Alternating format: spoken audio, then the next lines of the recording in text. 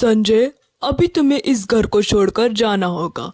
वैसे भी पिताजी का देहांत हो चुका है, अब हम साथ में नहीं रह सकते।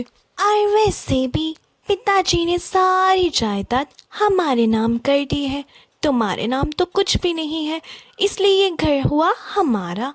तो तुम जा सकते हो संजय और गौरी। भाई भाभी, ये आप क्या कह रहे हैं? पिताजी की वसीयत के अनुसार हम दोनों घर और कारोबार के बराबर हिस्सेदार हैं। हिस्सेदार थे, अब नहीं हो, इसलिए घर और कारोबार दोनों हमने अपने नाम कर लिए।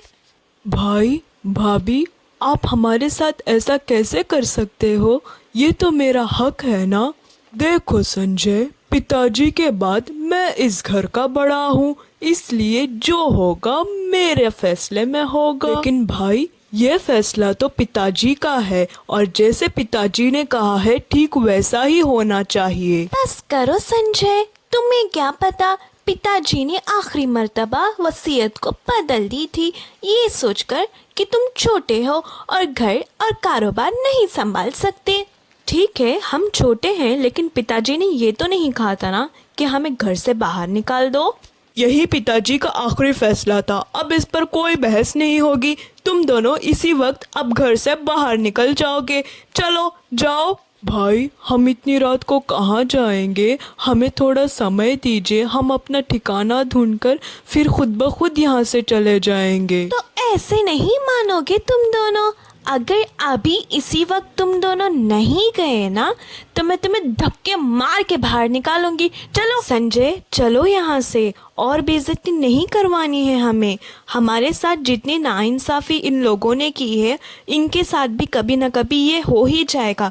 चलो यहाँ से। हाँ भाई, जाओ जाओ, हमारा पीछा छोड़ दो बस। जाओ जाओ, निकलो निकलो।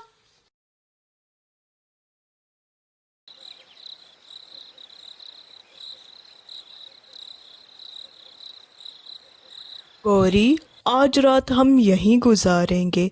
आगे जंगल का रास्ता है और उधर जंगली जानवर भी हो सकते हैं, इसलिए कल सुबह गांव का रास्ता तय करेंगे हम। ठीक है जी, जैसा आप कहते हैं। मैं जानता हूँ ये हमारे लिए कठिन समय है।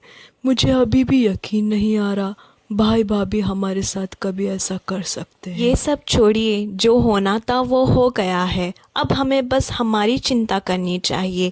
हमें अपना ठिकाना ढूंढना है अभी। जैसे तैसे हम यहाँ रात गुजार लेते हैं और कल सुबह गांव जाकर अपना ठिकाना ढूंढते हैं।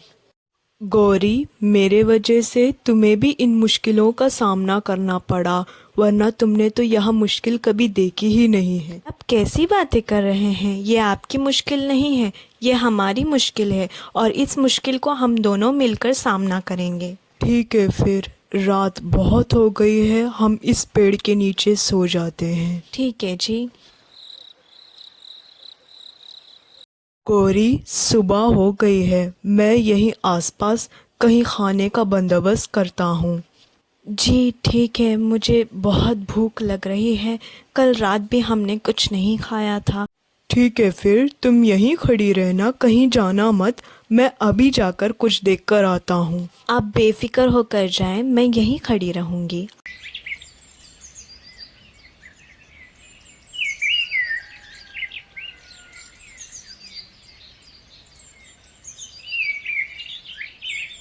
क्या हुआ, कुछ मिला खाने को?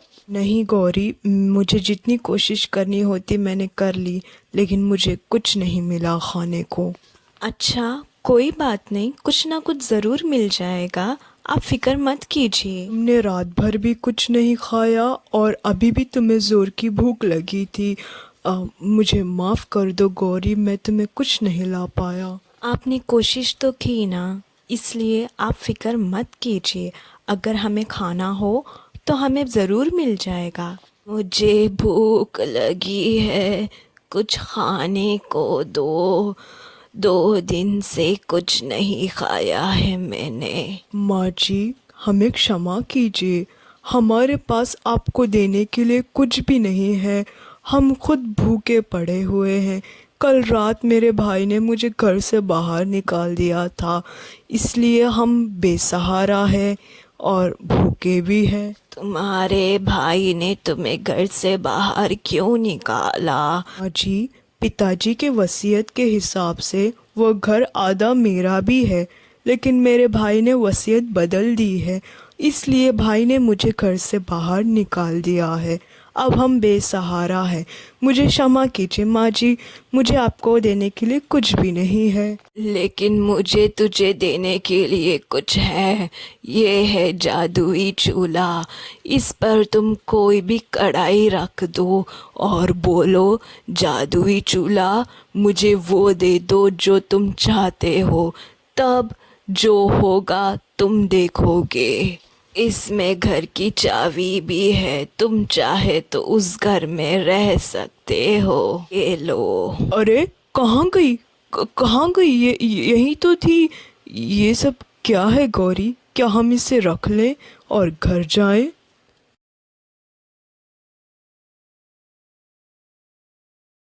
मुझे कुछ समझ नहीं आ रहा है संजय। क्या हम एक बार कोशिश करके देख लें? क्या पता माँ जी ने सच कहा हो।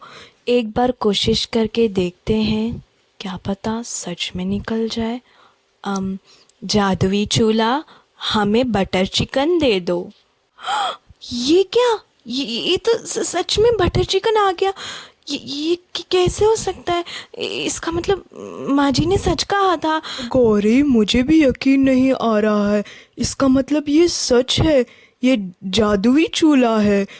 तुम एक और दूसरा बनाकर देखो। ये निकाल कर देखकर मैं अब खीर बोलकर देखती हूँ। देखते हैं वो भी आएगा या नहीं।